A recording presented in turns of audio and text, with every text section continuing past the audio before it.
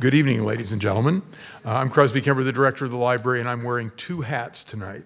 I'm here to welcome you as the director of the library and make a couple of comments about the upcoming programs at the library, but I'm also here as the chairman of the Show Me Institute. And so I'm wearing those two hats, so I'm going to try not to confuse you with my two hats, so I'm not wearing any hat, which confuses me.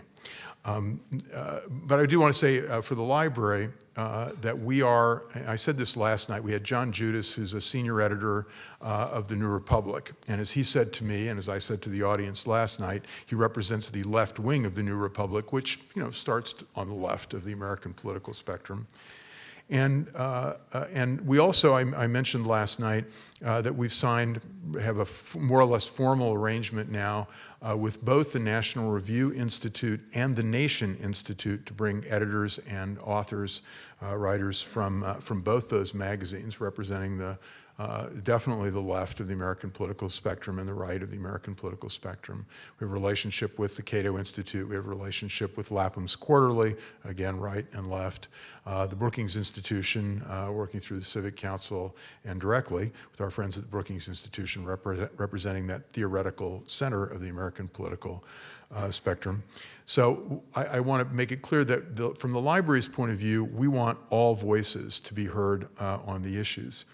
And so it's Show Me Institute tonight. And this is not a library-sponsored event, by the way. This is a Show Me Institute-sponsored event using the library's facilities, and we welcome lots of other people, anybody with a political view or any view of anything to use our facilities. So I want to make that clear. Now, you're going to hear my voice now as the chairman of the Show Me Institute, where I'm in pretty much total agreement with what Patrick Toohey and Joseph Miller from the Show Me Institute are going to tell you.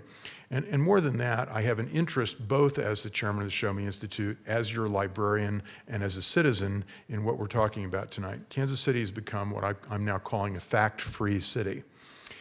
The city council and the civic leadership are about as non-empirical on issues of import to us as taxpayers, as citizens, as voters, and as users of city services and facilities as you can get. I realized this when I was sitting, and I was a member, I'm still a member of the executive committee of the Downtown Council. The Downtown Council was interested in a convention center hotel, and I understand their interest. A lot of developers, hotel people, bar and restaurant people involved in the Downtown Council, and they have an interest in that. And so the city hired a consultant. The consultant came in, and the consultant said it would be really great to have a convention center hotel, and you might develop some new business, though actually probably all you would do is keep some of the existing business, the Walmart managers and the Skills USA conventions and whatnot that you've got. And they said to us in the second meeting we had with them, they said, and in the current economic climate, you're unlikely to be able to get any financing for this, mezzanine financing, which we could explain. And therefore, the city will probably have to put in, depending on the size of the hotel, $50 to $100 million of its own money. Well, that was interesting. And the city didn't have the $50 or $100 million. And then the city, in response to that, and there were two city council members who will remain nameless for these purposes who were in this meeting, then the city went out and spent another $500,000. They'd already spent some $100,000 on this consultant, another $500,000, in which they hired a consultant to look at a location for the convention center hotel that they told they couldn't finance, and to take an option on a piece of property that they wanted to put it on, which is essentially that next to the Power and Light building, that empty lot next to the Power and Light building and the Power and Light building itself. So they spent this $500,000, and the consultant who they hired at the same time they took the option said, you took an option on the wrong piece of property, because where you really want to put the hotel is over here on the other side of the street.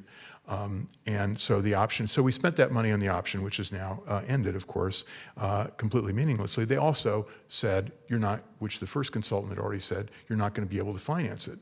And hence, you may notice we don't have a new convention center hotel.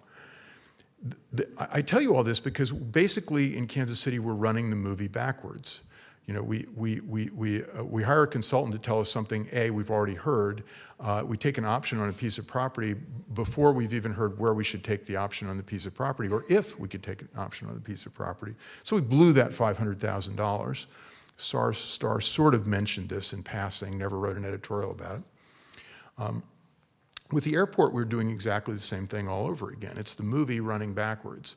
So the city council, based on if you've read it, and it's up on their website, you can find it, this strategic plan from about 5 years ago about the airport, whose numbers don't quite make sense. Among other things, the first plan shows a 2% annual increase in airplane passengers, and I'm sure that Joe and Patrick will explain why that's A, not happening, didn't happen last year, a 3% decline in airline passengers at KCI, and won't, for external reasons unrelated to the airport, happen in your lifetime.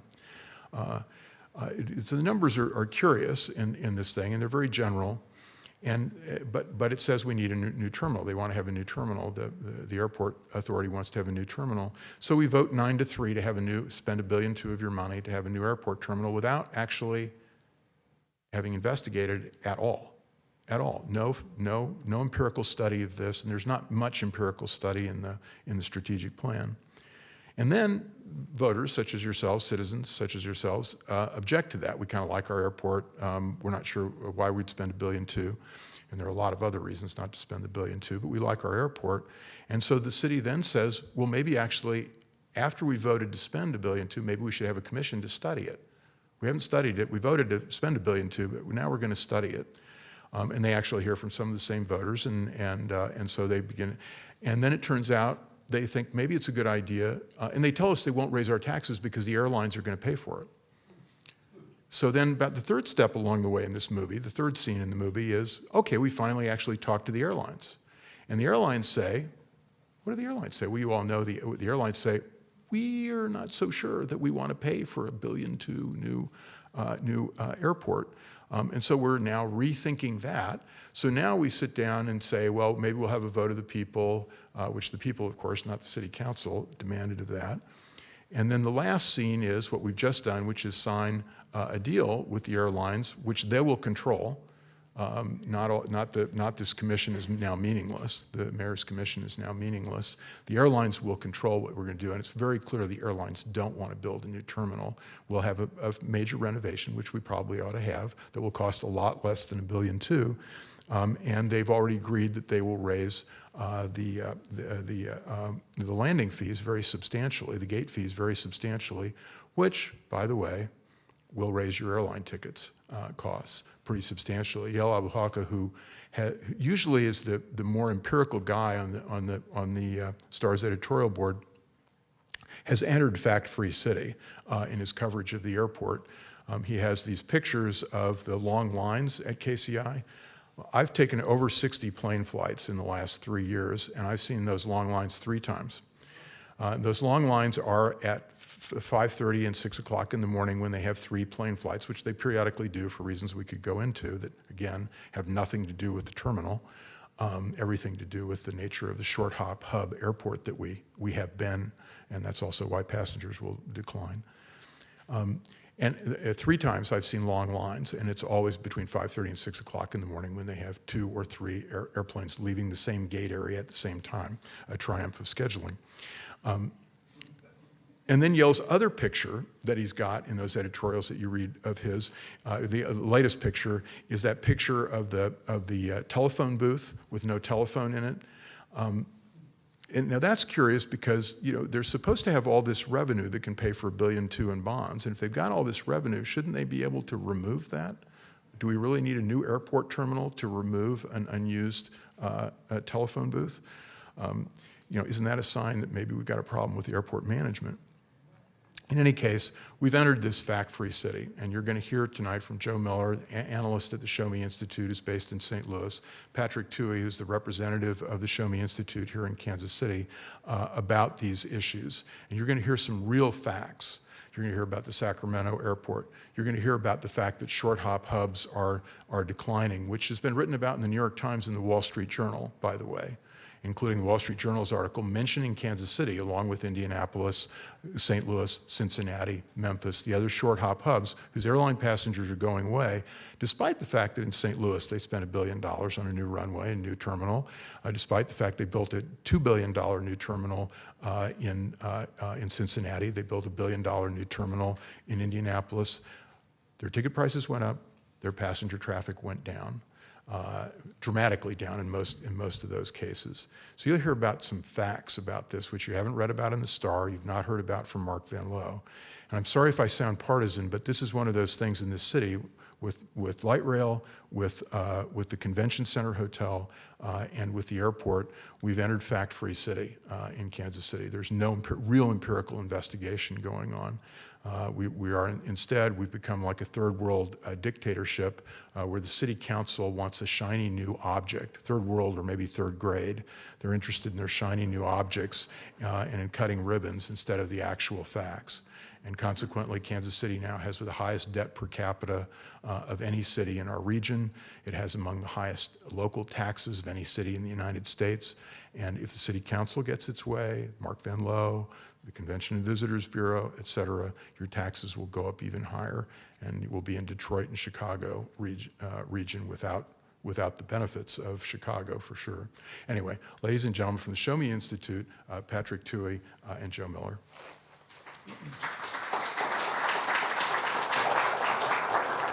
Well, I think that pretty much covers everything. Is there any questions? So, well, my name is Patrick Toohey, and I've worked at the Show Me Institute for just over a year, and I'm based here in Kansas City. And as you know, the Show Me Institute is a public policy think tank that advocates for market forces and to solve public policy problems. And as Crosby said, Kansas City, I think, has for so long not had a loyal opposition, people who stand up and just ask questions. That what I've found personally is that a city council and commissions such as the Airport Commission don't know how to receive questions and certainly don't know how to answer questions without being hostile and sometimes making it personal. So the mayor encouraged us months ago to have an adult discussion, and that's what we're going to try to do today. Joe and I, if you look at the Show Me Institute blog, which is showmedaily.org, we write about a number of things, education, state and local tax policy, the airport. We've been writing about the streetcar proposal here in Kansas City. But we've been writing extensively over the past few months about the airport. We're not going to talk about everything we've written about. We've written about everything from certainly the policy, the economics of it, whether or not this is being promulgated correctly, the makeup of the advisory commission. But tonight what we're going to do is try largely to talk about just the finances and make this an adult discussion. I'll have a little bit to say at the introduction. I'll hand over to Joe Miller, who has really been a savant on transit numbers as far as looking into it and being able to do the research, and frankly, having the background to understand a lot of things that the man on the street just doesn't know. We didn't call it an adult discussion because some of my colleagues when editing this thought that might give people the wrong impression. But nevertheless, let's begin. So here's just some background information, and I realize a lot of this may be familiar to you, but I want to go through it anyway. And by the way, Kansas City International Airport is referred to as MCI because originally it was called Mid-Continent International. And when we changed the name to Kansas City Airport, we don't use the K because the FCC likes to reserve Ks for broadcast radio and TV stations. So that's why we call it Kansas City International, but its initials are MCI. And as you know, it was rated the best airport in its size in 2010 by J.D. Power and Associates. And J.D. Power and Associates is a marketing firm or market research firm that conducts studies on all sorts of things. You're familiar with their name. In fact, MCI has always performed well in this rating, and as late as March of last year, another firm found the same thing, that Kansas City does very well. Kansas City offers more direct flights than all of our peer airports, and Joe will talk about that a little bit. And the reason for that is we're inexpensive. In fact, I understand that one of the reasons why we have some of those morning flights is because it is so cheap for airlines to park their planes here overnight, that that's exactly what they do. Because we're cheap, we have more traffic. It's really very simple. And so from a competitive standpoint, it's in Kansas City's interest to keep our airport cheap. And we'll talk more later. If we get too expensive, if we wander into higher and higher fees, we end up with what has happened in Sacramento, for example, where Southwest at one point refused to sign a lease because it was just too expensive for them to operate out of that airport. Nothing is free. Nothing, of course, is ever free. And MCI's 3 terminals give it more capacity than it currently needs. We'll talk a little bit about that. We have roughly 90 gates. We only use about 60. At any given time, only 37 are in use. But what MCI may be alone in doing is proposing a $1.2 billion new terminal that will actually reduce our capacity. Airports generally build new terminals when they expect a lot more, or they expect that they'll need a lot more capacity. We're doing the opposite. So that's the good news. And by the way, if any of you, like me, have attended some of the listening sessions, the town hall that the advisory committee gets, the vast majority of people stand up and say, if they fly a lot, this is the best airport I've ever been to, not just in the United States, but anywhere in the world, and everybody who travels with me says the exact same thing. The so-so news. So traffic at MCI peaked at about 6 million flights in 2000, and now we're pretty flat at about 5 million. We're just under 5 million flights for 2013. And we'll see in some documents the MCI keeps forecasting that flights will go up, that we'll get more traffic and it will grow. And their planning documents justifying a new terminal do the same thing, but those never materialize. Of course, airlines are looking for all sorts of cost-cutting measures, are more efficient with flights. A lot of that is simply because of the price of fuel. I think the price of fuel now accounts for about 90% of your ticket price. And small jump hubs are in decline. And again, that's because it's more cost-effective for airlines to, once they get you in a plane, to go a long distance than it is to leapfrog across the country. And I guess the bad news. Certainly, MCI is in need of upkeep. There's nothing wrong with that, perhaps even some updating. But the scope of what is needed and the cost of that is unclear. Just the other day, the airport came out with a bare bones cost of about 300 million and change for what it might cost. A number of months ago, they said the bare bones cost was between 600 and 785 million, and before that it was closer to 600. So we're on a roller coaster, as Joe says, and we have no real sense of what that bare bones cost will be. MCI is not compliant with Americans with Disability Act, although it's been grandfathered. If we build a new terminal, we'll have to comply, but right now we won't. But one woman at the Midtown town hall meeting made the point that it is very easy. She was elderly. It's very easy to get through the airport right now because it's all on one level. The only thing you ever have to do is step up on the curb when you're coming in. MCI could do a better job with de-icing, but on no way, shape, or form are we under an order by the EPA to change what we've got. We can change what we've got relatively cost effectively and pretty quickly. That alone does not mean that we need a new terminal. And with sequester and budget cuts, the federal money that airports once could count on for projects like this has pretty much dried up. Crosby covered a lot of this, but what brought us here is we found out that the airport was considering building a $1.2 billion new terminal. The city council said, go right ahead. Kansas Cityans heard that, were afraid that they were going to lose an airport that they're proud of and that they find easy to use. The mayor appointed an advisory group of about 24 people, and he did that because of that outcry. The Aviation Department, Kansas City Aviation Department, has been pretty much the sole source of information for this advisory group, and it's very frustrating to sit there. I've offered Show Me Institute information to testify. I haven't gotten any responses to my email. The only group that testified that really wasn't the Aviation Department was Southwest Airlines, and then the consultant hired by the Aviation Department came out and pretty much poo-pooed all the things that the Southwest said. And then you get this right up in the start that says, well, Southwest Airlines is just looking to make money. Well, absolutely they're looking to make money, and if they can't make it here, they're going to take their planes and leave. And by the way, can you think of an industry that is more mobile than an airline? And of course, MCI's airlines complained that they weren't consulted and were worried about the expense of the project. And this is notable because I can imagine, I don't know this firsthand, but I can imagine that politically, the airlines would prefer to work with the Aviation Department. And for them to come out publicly and say at a business meeting in Kansas City, we're not happy with this, we weren't consulted, and we think this is too expensive, to me suggests that that attitude was bubbling for a long time and they weren't getting any traction. So of course, we'll talk at the end about how they renegotiated a lease extension. From this point on, which involves a lot of math and pie charts, I'm going to turn it over to Joe Miller. Yes, sir. Real quick question. Yes. One of your first slides, you mentioned, sorry if you can ask questions or not, but the flights, 2006, you put a figure up there of 6 million flights per year. Are you sure it's not passengers? 6 million flights a year. Thank you. 6,000 a day. No, you're exactly right, and forgive me. It is enplanements. So 6 million people boarded and left here, and then... You have flights up there, so in the layman's terms, we think No. one plane taking off. Probably say passengers. That's right, and thank you for pointing that out. That's my error, and you're exactly right. And what we'll actually do for questions, we're going to take them at the end, but that's a correction. And Joe will give his presentation, then I'll wrap up, and then we'll answer any question we can. Thank you.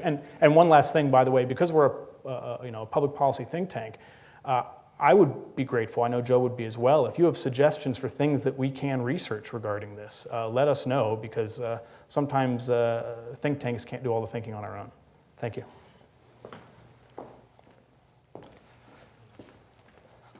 All right, good evening.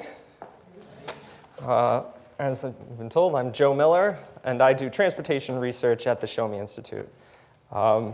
So the first thing I want to say is, obviously, you've heard this part's going to be with math and pie charts. Hopefully, it's not going to be too much, but there will be some acronyms. So if you don't understand any of the acronyms or you want some more clarification, stop me at any point. I know I've been told by my colleagues that Patrick will start throwing things at me if I go too off the deep end, but I'll try to keep it not too much in the alphabet soup. First thing I wanted to talk about that is not so big in the actual report on the financial aspects of the airport is what's happening to what is called a median hub airport, like Kansas City. And that just basically means that the airport carries between 0.25% and 1% of total passengers in the United States. Now, you may have noticed all of the airline mergers over the last few years, and that's because since deregulation, basically, the airports have lost a serious amount of money. I think Warren Buffett joked that if they knew how much the airline industry was going to lose, they should have shot Orville right, because it lost a serious amount of money, especially after 9/11. So what you've seen in the last decade has been substantial airline consolidation, and because of that airline consolidation, the airlines have had a lot more market power than they used to, and they've learned their lessons. And basically, they've decided that they're going to do capacity discipline. That means they're going to fill flights as much as they can, and they're only going to put flights in the most profitable routes.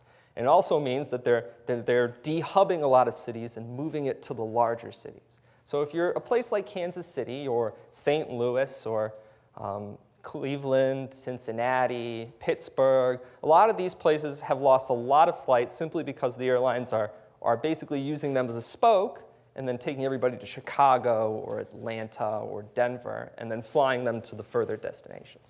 Another problem, of course, has been fuel prices. Fuel prices going up has meant that airline travel is more expensive and ticket prices have to go up. I mean, you heard him say it before that the change in your ticket price is about 90%, but right now the actual portion of airline costs that are directly from aviation fuel are 40%.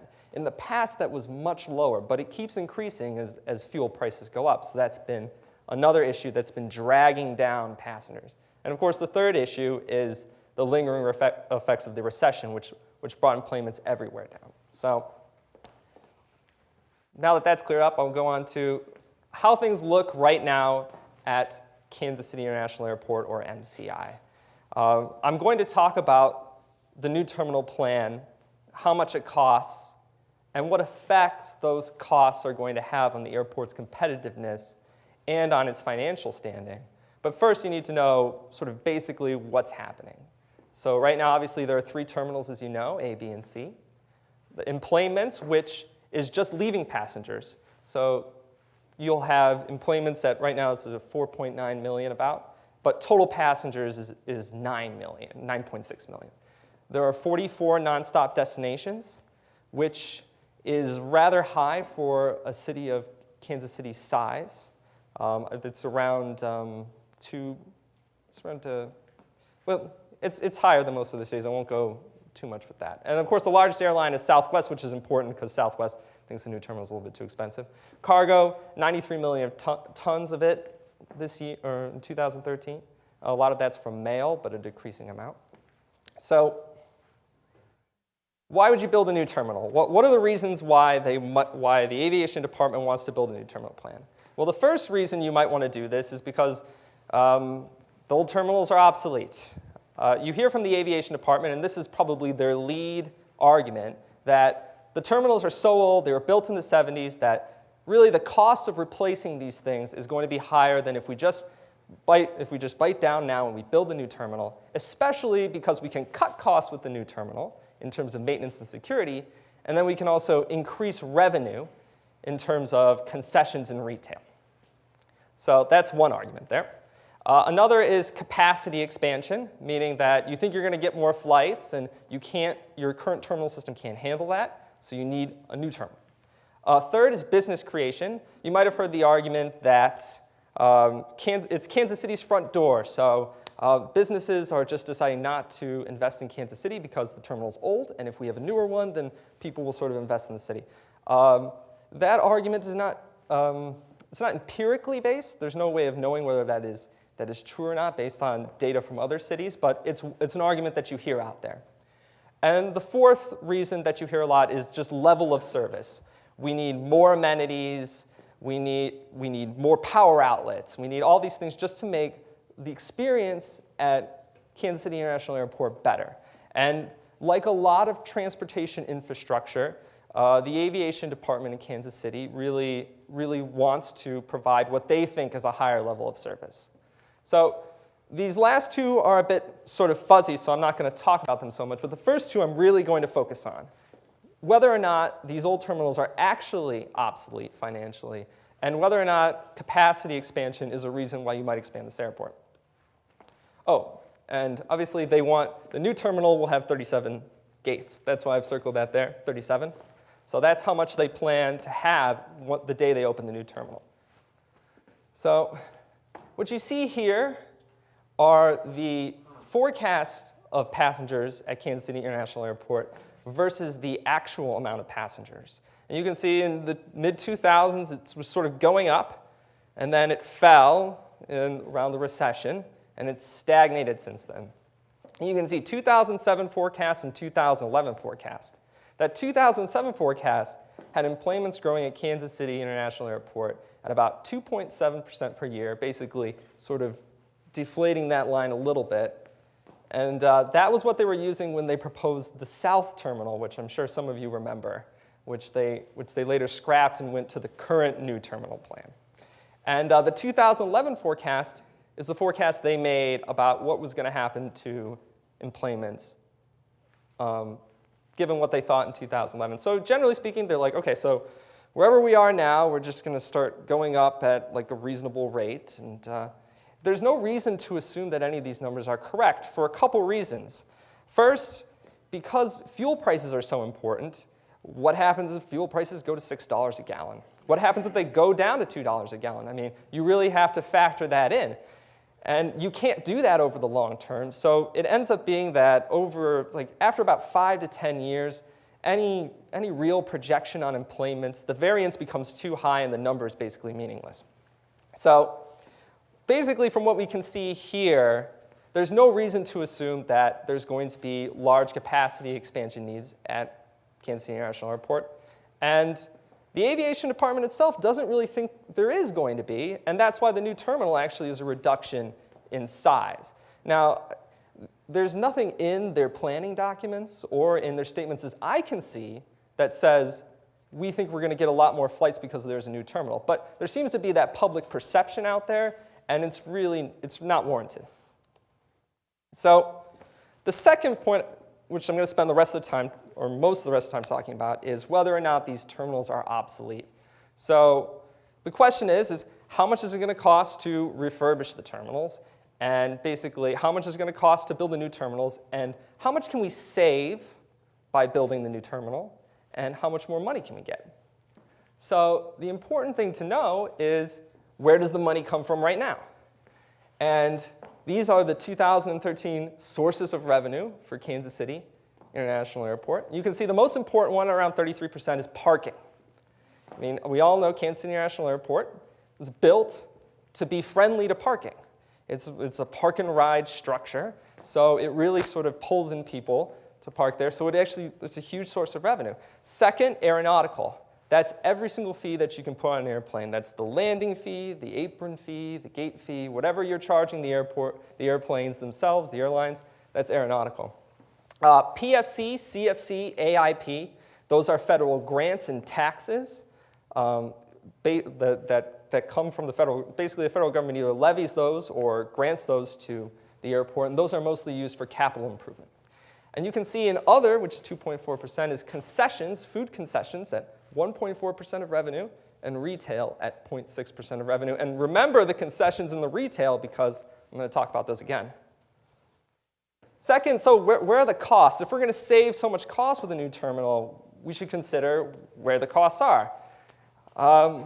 Well, according to numbers that the Aviation Department submitted to the FAA, they spend about 11% of their operating costs on security and law enforcement, and 5% on repairs and maintenance. And that's operating costs.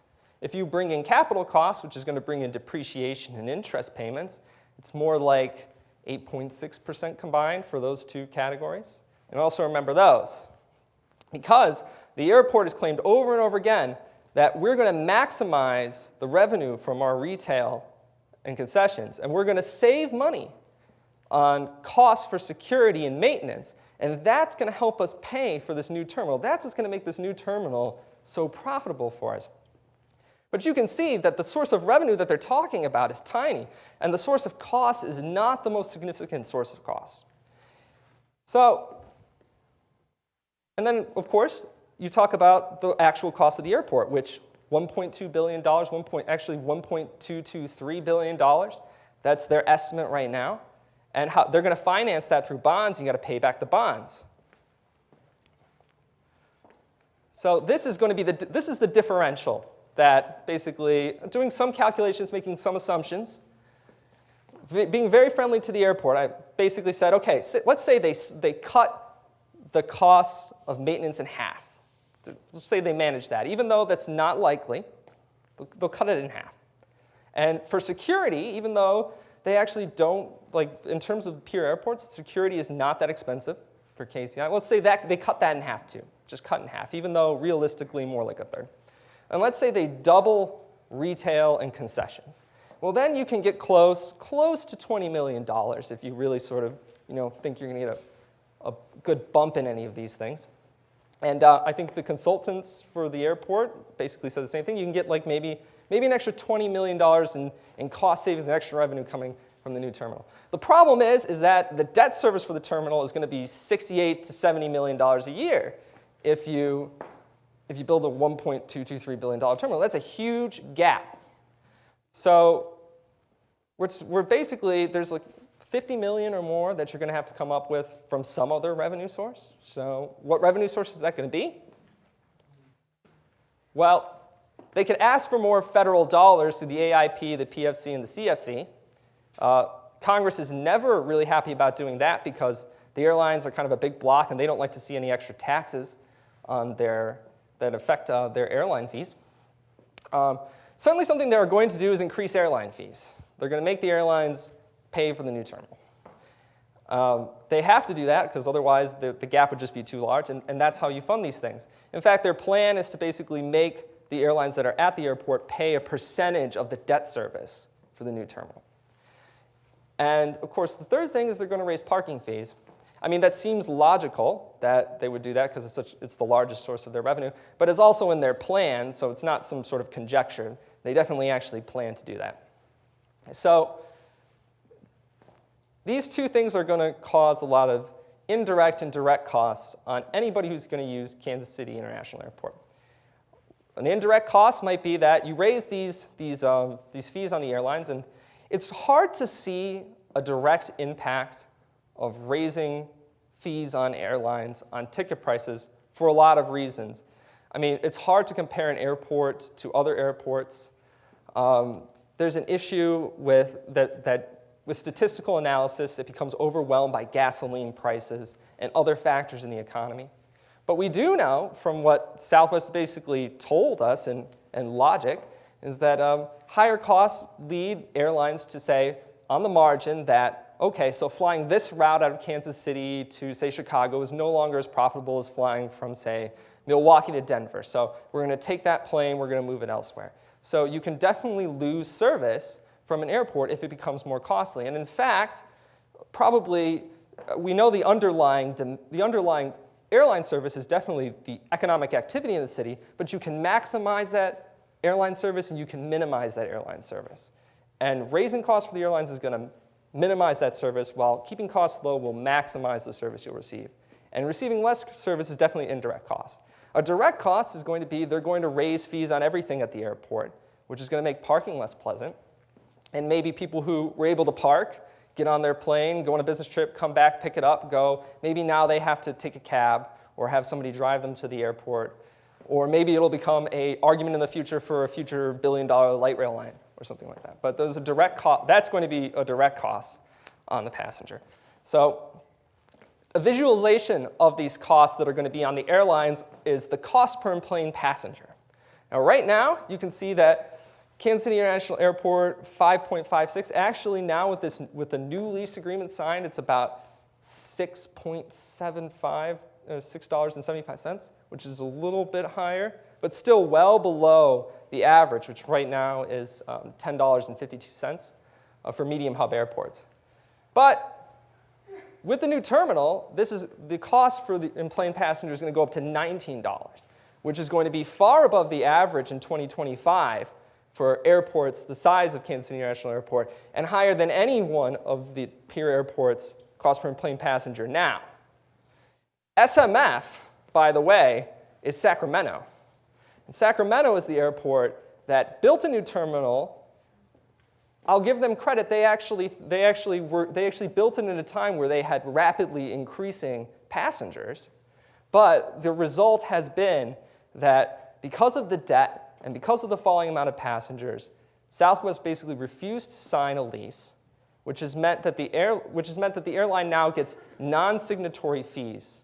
So the airline is not going to be, Southwest says, we're not going to be on the hook for your debt payments, which pushes Sacramento to try to find money anywhere. They've dismissed their aviation department director in Sacramento, and they put in a new one, I think in April, and his marching orders has been to reduce costs in any way possible and basically maximize revenue in any way possible. They're trying to do development deals, anything, to try to bring down that number, cost per plane passenger, from $17.62. And we're just sort of blithely going forward into $19, which, I mean, there is a current, I think, in the debate. There's a lot of people who just think that costs don't matter at the airport, that it's not going to be paid for by the taxpayers. It's going to be paid for somehow through parking and airlines and tickets. So who cares how much it costs? It doesn't matter. It's not coming from the taxpayer. Well, that's not true, and in some way, somebody's going to pay. So you'll have to forgive me here, because this is a net present value, comparative net present value analysis between what I thought was the cost of repairing the existing terminals and the new terminal plan. Of course, now I think as of a couple days ago, 3 days ago, they decided that they were just going to come up with a completely new number, which is kind of is a little bit perplexing, because I don't know where the numbers are coming from. They're not usually good at explaining that. But in any case, in the past, they assumed that sort of bare bones, maintaining the terminals was going to cost $645 million, and it was going to happen at some point in the future. And the new terminal is going to cost $1.2 billion about, and they had specific timelines for that. So what I really want you to take from this is that assuming a lot of things break in favor of the new terminal plan, and that you have to do that existing terminal refurbishment twice over the course of the next 30 years, it's still comparatively more expensive, just in terms of dollars, to build the new terminal plan. So that's a word on just the cost. So let's talk about debt, and this is the last thing I'm going to talk about before I hand it back off to Patrick. So right now, Kansas City International Airport carries about $273 million in long-term debt. And as you can see, that's kind of low for an airport of the size of Kansas City. So 2012 actually is the last date that I have data for all airports, which allow me to calculate the median. But you can see that it's quite a bit lower. With the new terminal plan is that dotted line going up to 1.4. And the blue dotted line is how the median debt for a terminal the size of, or an airport the size of Kansas City International should sort of go with inflation over the next couple of years. So that's really going to take Kansas City to a place where it has the highest or one of the highest debt loads of any airport in its category. And it's going to do that at a time when passengers are falling, or at least remaining flat, as far as any of the numbers show. So that's going to be a problem, as I said before, for costs, but that's also going to be a problem for the airline's financial standing. Now, there's never been an airport that has defaulted on its bonds. But that doesn't mean that will never happen in the future. And in fact, a good way to make something like that happen in the future is just to believe that you can spend as much as you want and this thing will never ever default. The thing is that if you take on a lot of debt like this, you can lower your bond rating, as a lot of these airports that have taken a lot of debt have, which makes borrowing more expensive in the future. And maybe not in the 5 years, maybe not in 10 years, but if you keep acting in such a manner where you consider debt as unimportant to the airport's financial standing, then you could easily find yourself in trouble. And I think that that's probably not wise policy for the city, because if Kansas City, just imagine a hypothetical situation in which Kansas City International Airport were having problems making its bond payments. I find it hard to believe that the city would simply let its international airport default and sort of let the bondholders take a haircut, because at that point, then the airport, which is absolutely dependent on basically bond issues to finance its capital improvement, would basically find itself without an ability of maintaining legally required capital improvement projects. And with that, I'll pass it back off to Patrick.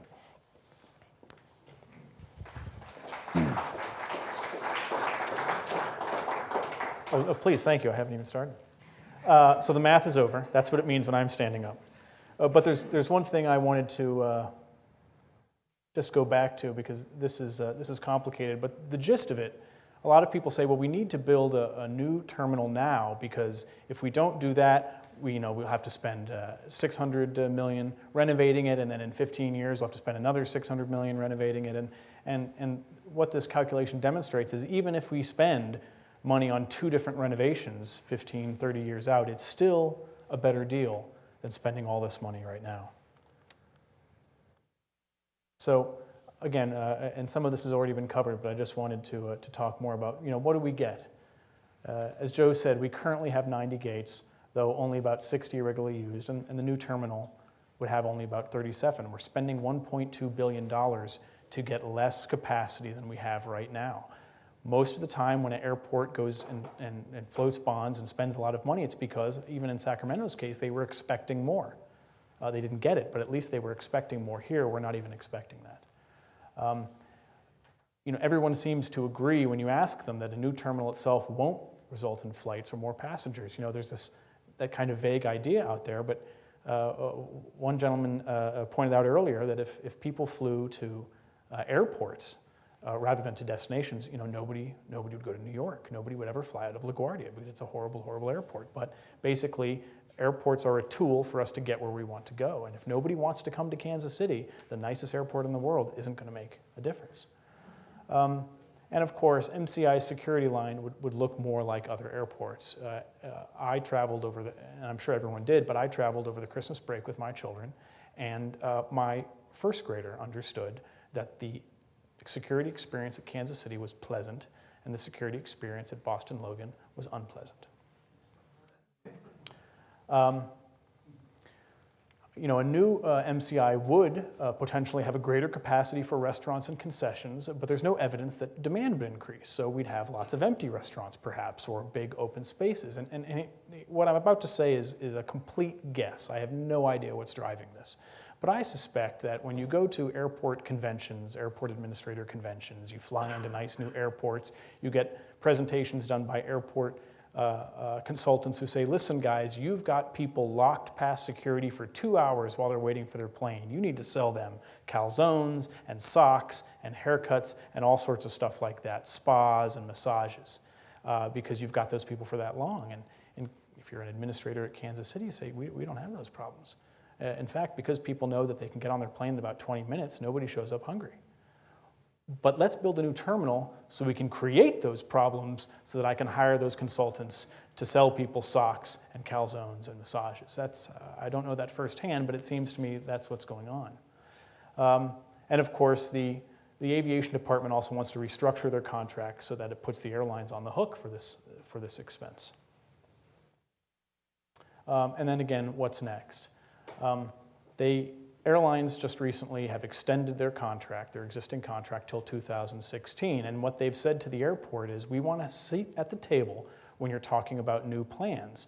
And by the way, if you look at the contract on page 4, it says, one of the things we're going to do is we're going to reassess and rethink the following items as far as the new terminal plan. And it lists 7 items, and it is everything. It is goals, it is travel forecasts, and in fact, one of them is other. So what the airlines have said is, look, we want a seat at the table, we need it in writing because we haven't been involved up so far to this point, and we're going to rethink everything, which is great, but of course it's exactly what should have happened from the get-go. And around in 2012 or so, Mark Van Loo, the Aviation Department Administrator, was on Steve Kraski's show and angered some of the callers because he said, I don't work for you, I work for the airlines. But it turns out he wasn't even involving the airlines in these plans. The City Council adopted the petition language requiring a public vote for change. That is something they did not want to do. They poo-pooed the prospect. Dan Coffey, who led the charge, is here with us tonight. They collected the signatures. When they turned it in, the mayor said, what, this was a waste of time? But they ended up having to adopt it because I certainly don't know, but I think this issue became so toxic that regardless of what the advisory committee said, no member of the city council was going to vote for it. One city councilman said that that office has gotten more calls on this issue than any other issue combined. People love their airport. Even without understanding net present value and all these things, they get that the airport works, it's convenient, it's quick, and we don't need to tear it down. So, congratulations to Dan. So as I said at the beginning, we've written a great deal about the airport, about what you've seen today. We'll continue.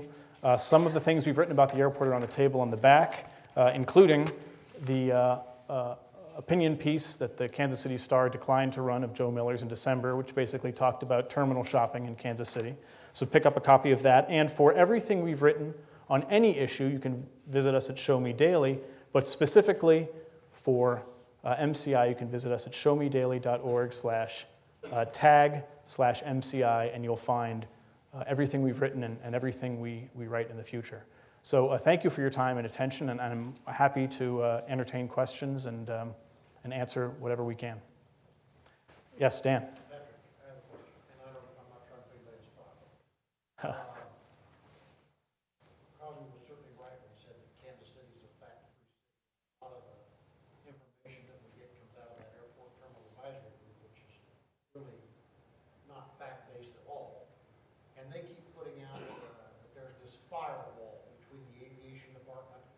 city and the city can't get any money out of the airport. Sure. And so on and so forth. And I've heard comments that that's not true. In your research, have you come up with anything where?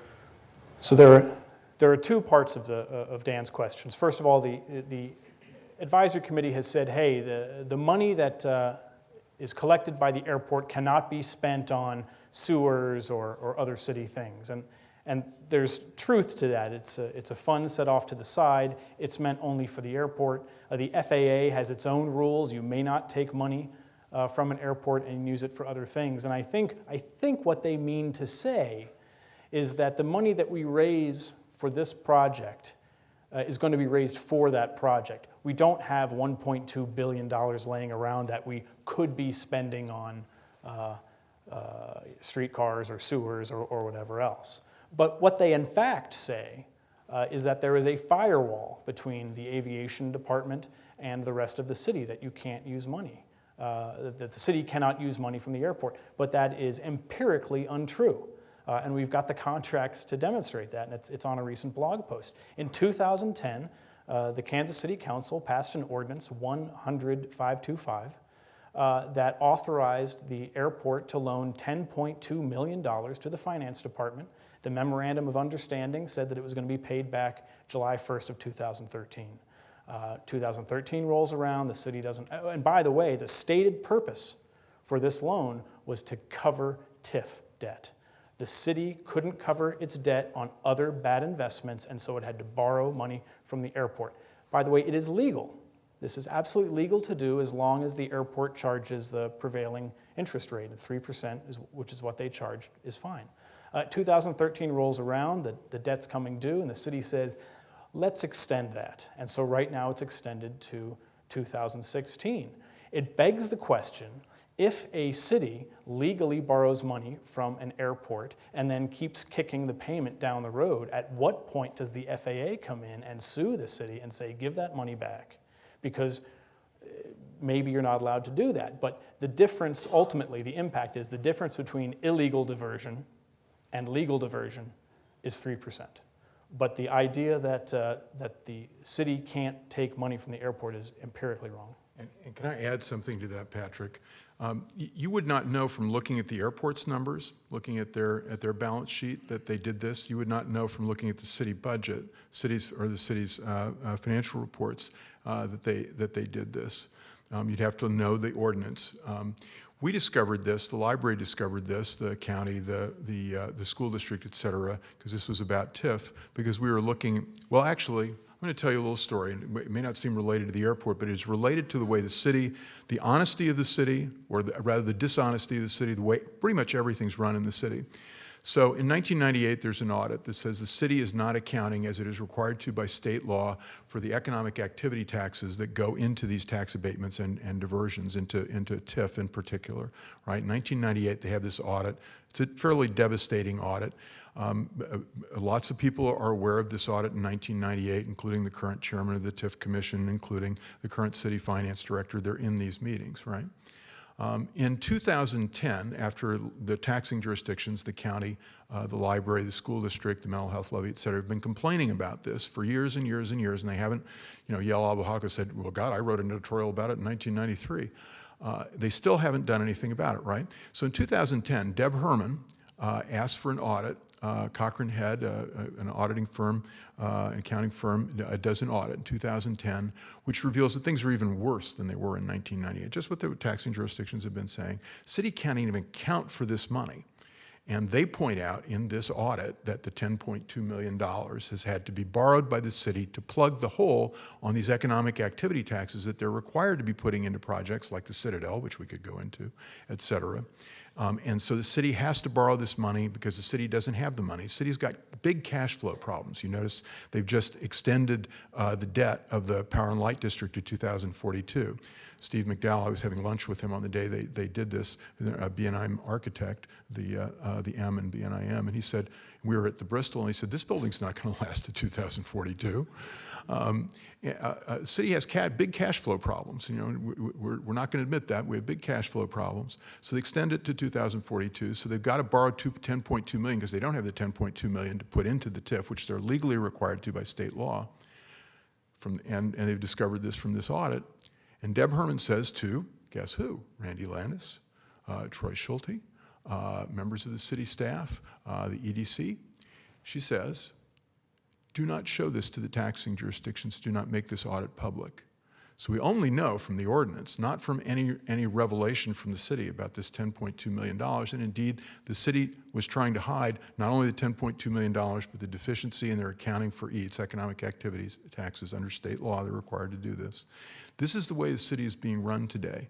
It's not just that they're economically mismanaging your money, which they are, clearly are. The Citadel, the settlement cost $15 million, but they have to finance it over 20 years. So it's actually going to cost you, the taxpayers, $32 or $33 million.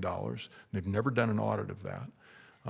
And this $10.2 million and the way the airport is being run is just another example of this. So, sorry. Yes, Bill. Patrick, I don't know that it has anything, but I'd like to know from you guys' research that Mark, which most of these people know as Mid-America Regional Council, which is an MPO, Metropolitan Planning Organization, set up by the Department of Transportation. Does that have any impact on the things that they're doing and the grant monies that they're putting out? Would it affect this airport, or could it affect the airport because of them getting involved in it or not? Well, the federal grants come from 3 different sources. Well, actually, a federal grant is only going to come from one source, and that's going to be the Airport Improvement Program. That's paid out of the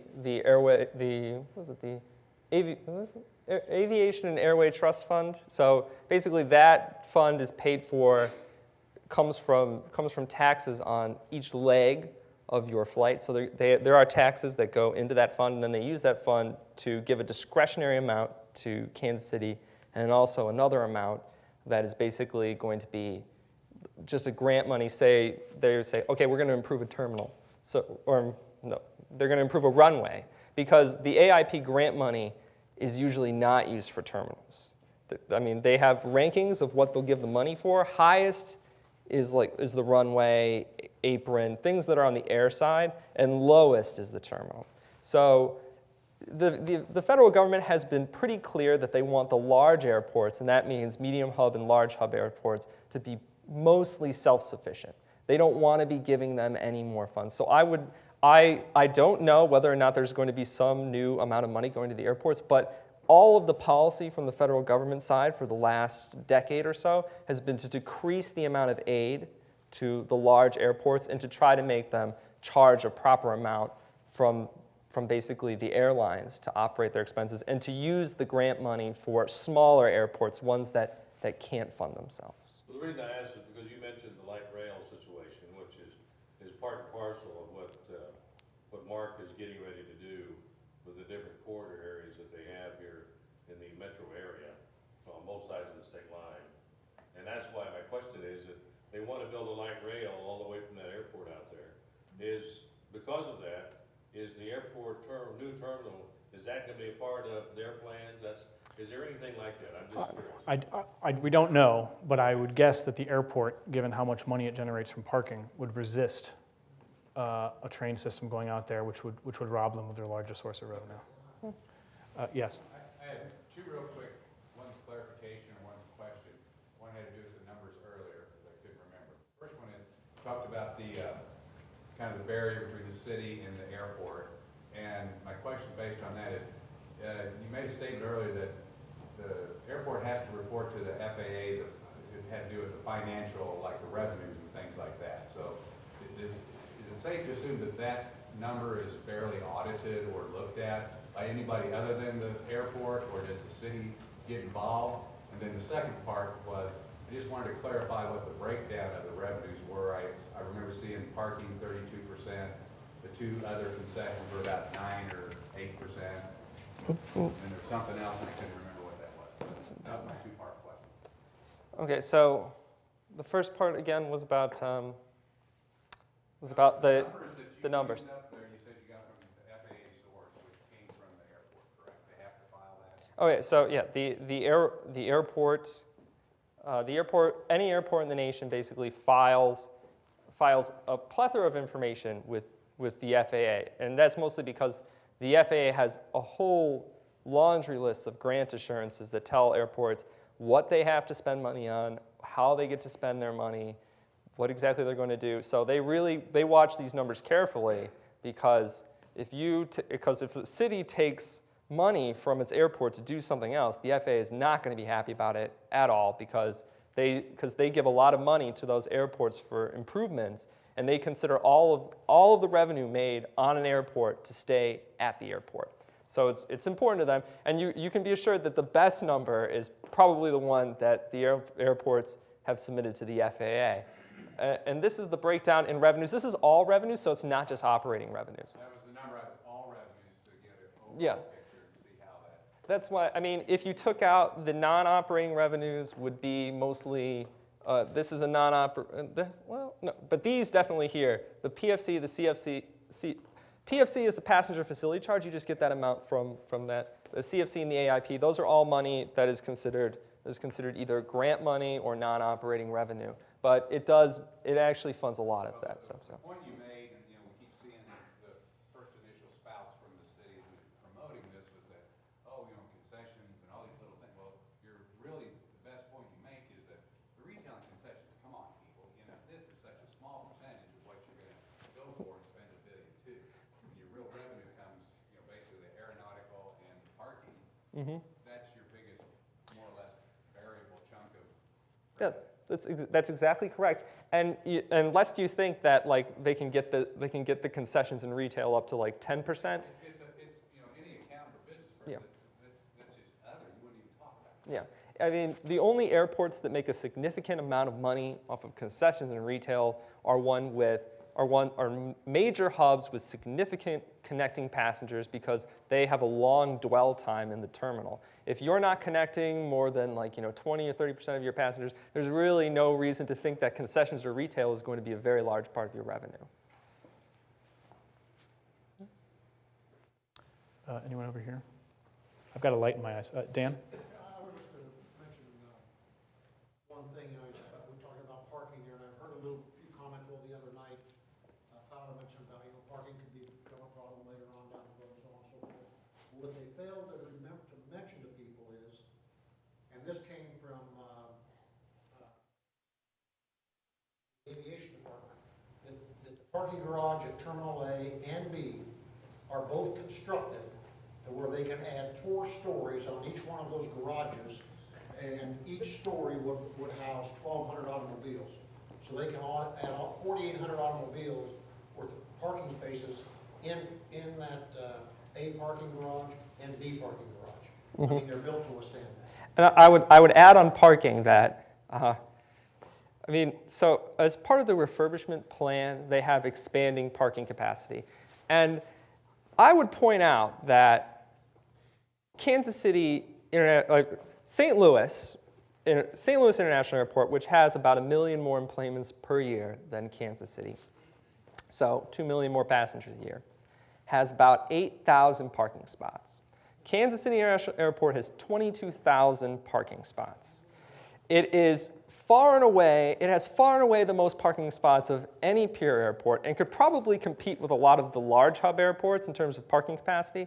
So, I mean, if there's one thing that I think that the park and ride design of the airport and the way that everything is built at KCI has maximized, it has got to be parking spaces.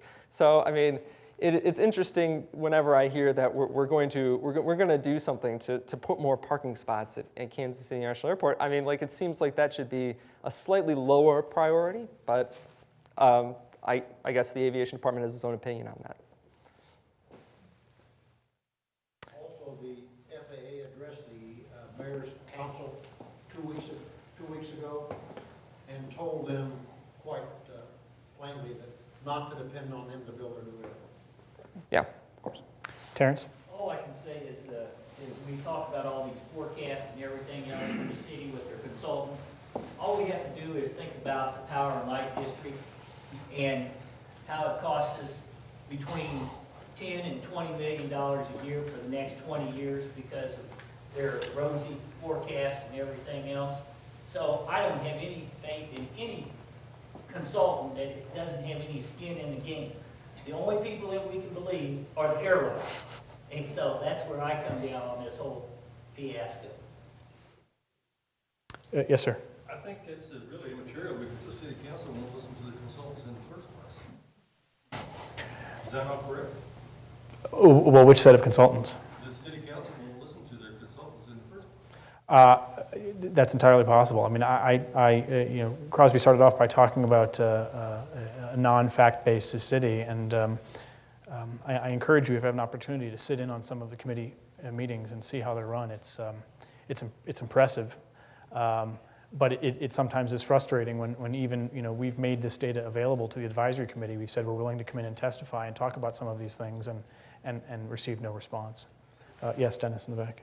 The capital improvements that were done back in 2000 completely renovated all of the three terminals.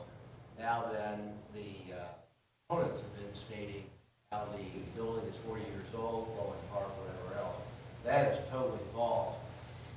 But what hasn't been asked or said, and I don't know the exact number, how much money is still on debt from that 2000 bond issue? Because if it's torn down, the those bonds still. So what do you have that information? How much? 250 million still left on that. Well, actually, there's 273 million in long-term debt. But, it's true that they actually hadn't paid. I mean, they've been carrying debt for a long time. So, I mean, if you talk about, are they actually repaying the debt on their old sort of repairs before they build new ones, the answer is no. I guess I'm from Kansas, so I don't guess I have any skin in this game, but I do because I'm always fearful of a by-state tax type thing, to build this thing. Has there been any talk like that kind of stuff? No, I'm not aware of any yet. And by the way, the majority of people using the Kansas City International Airport are in fact from Kansas, so thank you. Yeah. You will not have a say, but we will gladly take your money. Yeah, I would virtually guarantee that there will not be a state.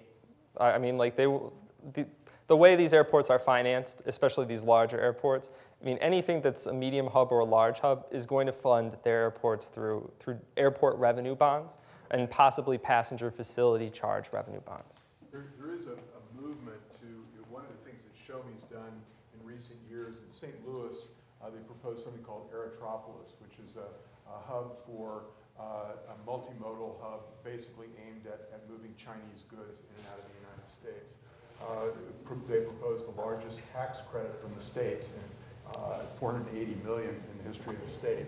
Well, until Boeing came along, but we won't go into that. Show-Me basically defeated it. I've talked to some state representatives and some members of the Chamber of Commerce and the RCGA in St. Louis. It looks like they may try in the legislature to enlist the tax credit regime for a joint proposal on a new Aerotropolis idea in St. Louis and the airport. So it's entirely possible that anybody who's simply a taxpayer in the state of Missouri might be on the hook if they got their way. And I think that it's unlikely that that would happen for a variety of reasons, but they're talking about it. Yes? Just maybe a question that's unanswerable. As the election approaches and you see the star unwilling to put anything on the opposite side of what the council is, and you see the unwillingness of the city to listen to any other viewpoints, what's the approach that the Institute will take to get any kind of statistics or documents or so out? How do you do that if you don't have the newspaper? Is that done with radio or television, or? Well, I can tell you what we've done. Certainly we have a blog. We try to put out as much information as possible. And by the way, if there's an opportunity for any of us to come out and speak to your organization, Rotary Club, Homes Association, anything like that, please let us do that, because certainly for me, I can sit on the shoulders of plenty of our researchers, whether it's state policy, education, local policy, what Joe's done, within 15 minutes become an expert and present to people in Kansas City. But we put information out there. We make information available to the media. We try to make information available to commissions. We've been with short ads on the radio in Kansas City and around the state, just trying to give people short lessons on economics. But as I said, in Kansas City, what's happened is because for so long there really hasn't been a loyal opposition, or frankly, it long ago picked up and moved to Kansas, that there's nobody left to push back. And so it really is, I say, impressive when you sit through these meetings and you ask questions, basic questions, you get a lot of hostility. One of my questions at that first aviation meeting was, is this presentation available online? And he, Representative City Councilman Johnson didn't want to answer me. So, there's really all we can do is provide information to all the stakeholders, hold sessions like this. But if a newspaper or any kind of organization doesn't want to hear what we have to say, then we've got to come directly to the people, the taxpayers, the voters. And by the way, I'll say to anyone else who's from Kansas, some people I think have thought, and I can certainly understand this, we did a talk a few weeks ago called "Is It Time to Leave Kansas City?" Where we talked about kind of the expense of living here. A lot of people have chosen to move to Kansas, but I would argue if you live in Johnson County, you are not far enough away from Kansas City that you will not suffer the impact if this city goes down. Our expenses, our airport, may be city-based, but really regionally, everybody has a vested interest in a successful, thriving, and economically viable Kansas City. Yes, sir? I came in late, so you may have covered this. I mean, $1 billion or whatever the figure is, they're proposing to spend for the new airport. Did they do a pie chart and show you where it's going and why it's going to cost that much? I mean, what engineering firm is going to do this? How many jobs are included? What kind of economic impact? So I mean, I don't have a pie chart up here. I can try to, if I can recall the numbers right. It's going to be $680 million just for the terminal. I think $320 million for somewhere in the $300 million for all the new roadways they're going to need for the new terminal, and then another $280 million for everything they need to do because they have to tear up the air side for the new runway. And then one of the funny things is they also have, I don't know why they listed it separately, but they did, is the central utility plant, which is $19.6 million in the new terminal plan. And I remember that number well because every time they list the exact same repair in the plan for rehabbing the terminal, it's $25 million. So I don't know where the extra $5 million happens between having to repair it versus having to basically repair it for the new terminal, but that's the difference between the plan. And as for what engineering firm, they had basically a terminal design firm basically come up with these numbers. I mean, whether or not they are lowballing it or whether or not it's fair is something that I think would require another engineering firm to figure out because obviously I'm not a structural sort of person, and I mean, like, at the Show Me Institute we don't have a whole lot of engineers running around, so we can't like figure out exactly how much it would cost to lay the concrete. But it sometimes feels like we have a lot of engineers running around. I understand someone passed this along to me that. Perhaps it was one of the members of the city council. The reason why they came up with $1.2 billion is they simply went to banks and bond companies and said, what could we get? And we're told, well, we've all bought a home. This is what you'll qualify for. Well, that's what we need to spend. Yes? Patrick, that was actually stated by the CFO, I can't remember the gentleman's name, for the Aviation Department at the, because I've been to every, as you know, been to every bit of these ATAG meetings, and I think it was either the second or third meeting, he actually made that statement, which, oh my God, and I am an engineer, and I'll be happy to help you. we could use it. Well, They are ridiculous. Joe and I will hang around for a little bit with for your longer, in-depth questions, but just a few items on closing. Again, what I would be grateful for is as you leave to make sure that you sign our sign-up sheet, even if you've already heard about this because you're on our email list, if you at least put your name, because that helps us evaluate how successful these items are just by the number of bodies that attend. Help yourself to any of the materials up there. We certainly would love to hear from you on this policy or other policies if you're aware of something. You know, oftentimes, for example, in Lee's Summit, we were approached by somebody when Lee's Summit was thinking about setting up an enhanced enterprise zone. And they reached out to us and said, do you have any research on this? We had a great deal of research on it, indicating that EEZs don't work. We were able to testify in front of the Lee's Summit City Council, and thankfully they decided to pass on that. So do reach out to us, let us know what's going on in your community, invite us to come out and speak. And lastly, completely unrelated to airports, we have a number of National School Choice Week scarves. I understand my colleagues in St. Louis are using them to insulate the office, but please grab some of these on your way out. You're welcome to them, and thank you. I am very grateful for you taking time to join us tonight. Thank you much.